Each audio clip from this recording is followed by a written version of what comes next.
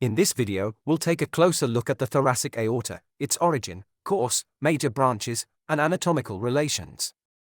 This essential vessel plays a key role in supplying the thorax and upper body. To do so, we will start with a brief introduction, followed by detailing the descriptive anatomy of the thoracic aorta, its anatomical relations, and collateral branches. We will tackle then some clinical applications, and the surgical approach routes, and finally a conclusion. The thoracic aorta is the main trunk from which all the arteries of the body originate. It consists of three segments: the ascending aorta, the horizontal segment or aortic arch,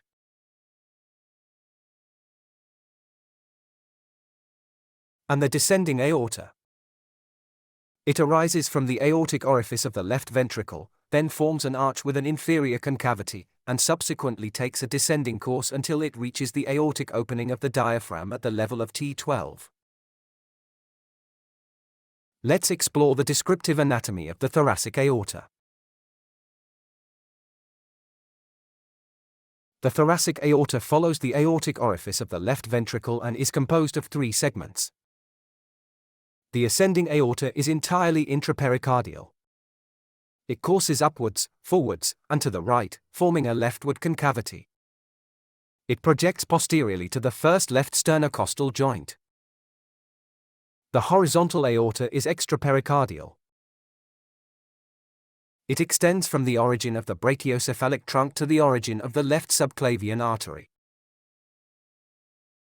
And the descending thoracic aorta continues from the aortic arch, distal to the origin of the left subclavian artery, opposite the left side of T4, and crosses the diaphragm at the level of T9 and continues as the abdominal aorta, opposite the T12 vertebra. The ascending aorta is located in the anterior mediastinum.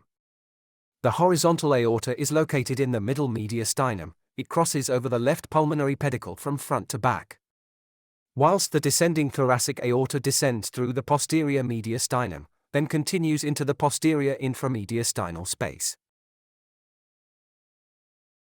The ascending aorta has a length of 6 to 8 cm, the horizontal aorta 4 to 5 cm, and the descending aorta 20 to 25 cm. When it comes to the diameter, it is between 25 and 30 mm at the level of the ascending aorta. At first, it decreases after the origin of the major cephalobrachial trunks, then stabilizes at 18 to 20 mm at the level of the descending aorta. Moving on to the anatomical relations of the thoracic aorta. Starting with the ascending aorta. In its intrapericardial segment, the ascending aorta is enclosed within the same epicardial sheath as the pulmonary trunk. The pulmonary trunk initially lies anterior to the aorta, then curves to the left and upwards. It is related, anteriorly, to the right auricle. Posteriorly, the right pulmonary artery. To the right opening of the transverse sinus, and the superior vena cava. The extrapericardial relations of the ascending aorta are: anteriorly, the thymus in children, and the sternum. Posteriorly, the carina. To the right, the superior vena cava, and the right phrenic nerve. And to the left, the cardiac plexus and the Risberg's cardiac ganglia. Now onto the anatomical relations of the horizontal aorta or aortic arch. The horizontal aorta is extrapericardial and presents four surfaces: the anteroleft surface, the posterorite surface, the superior surface, and the inferior surface. The anteroleft surface is crossed from front to back by the left phrenic nerve and the left vagus nerve, and the left superior intercostal vein, that runs along this surface, posterior to the phrenic nerve. Meanwhile, the superior surface is crossed by a venous plane, that is the left brachiocephalic vein. The posterorite surface is related from front to back to the trachea. The left recurrent laryngeal nerve. The thoracic esophagus. And the thoracic duct. The descending aorta is related to. Anteriorly, from top to bottom, the left pulmonary pedicle. And the left vagus nerve. Posteriorly, the thoracic duct inferiorly. The horizontal portion of the hemiazygous veins. And the left pleura and lung. To the right, the lateral surface of the thoracic spine. The thoracic duct. The thoracic esophagus. And the azygous vein. Let's explore now the collateral branches of the ascending aorta. The ascending aorta gives rise to the two coronary arteries. The left coronary artery originates from the posterior left aspect of the aorta and gives rise to.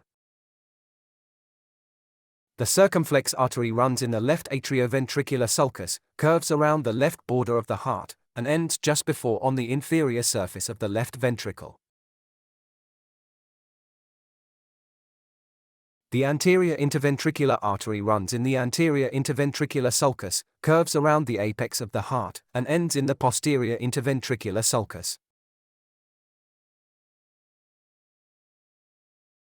The right coronary artery is concealed at its origin by the right auricle. It has three segments. The first is oblique, descending, anterior, and to the right, reaching the anterior atrioventricular sulcus. The second is vertical, running along the entire length of this sulcus.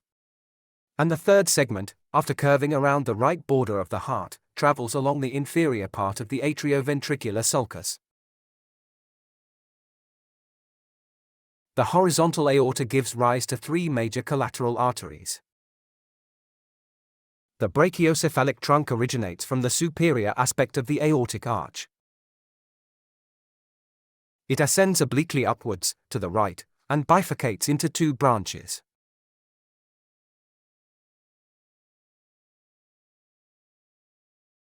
The right subclavian artery.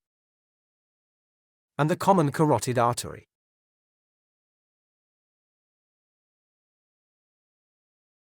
The left common carotid artery arises from the superior aspect of the horizontal aorta. Then ascends obliquely upwards, positioning itself on the left lateral side of the trachea. The subclavian artery originates from the superior aspect of the horizontal aorta, posterior to the left common carotid artery. It ascends almost vertically upwards to the base of the neck. The collateral arteries of the descending thoracic aorta are divided into two groups, visceral and parietal arteries. The visceral branches are.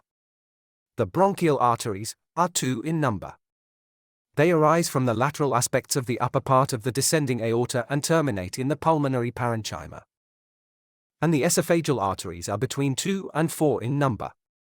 They originate from the anterior surface of the aorta at varying levels. The parietal branches are represented by the superior phrenic arteries. And the last 9 intercostal arteries, arising from the posterior surface of the aorta. Let's discover some clinical applications. Starting with the aortic aneurysm of the ascending aorta. When the left ventricle contracts, the distal part of the ascending aorta is subjected to a strong surge of blood. An aneurysm or dilatation may develop at this site.